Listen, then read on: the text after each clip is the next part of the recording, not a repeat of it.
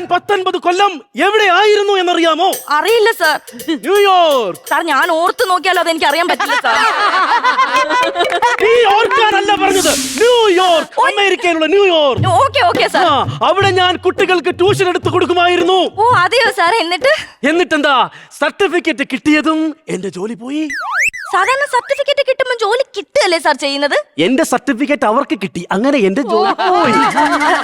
Okay. പിന്നെ മറ്റൊരു വിദേശ കമ്പനി ഞാൻ ജോലി ചെയ്തിരുന്നു. ആ സ്ഥലത്തിന്റെ പേര്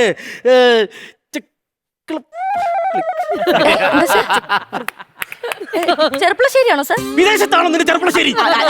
അല്ല സാർ, അല്ല അല്ല അല്ല. ഞാൻ പറയുന്നത് ശരിയാ, നിനക്കാ തെറ്റുന്നത്. Okay sir. മനസ്സിലായോ? ഒരു വട്ടം കൂടെ ഞാൻ പറയും. മനസ്സിലായില്ല സാർ. ഒരു മിനിറ്റ്. എന്താ ആളെ കാണുമ്പോ എന്താ ഇങ്ങനെ സോക്കേട് കാണിക്കുന്നത്? ഒറ്റയ്ക്ക് പറയുമ്പോ വരുവായിരുന്നല്ലോ. എന്ത് സോക്കേടത്?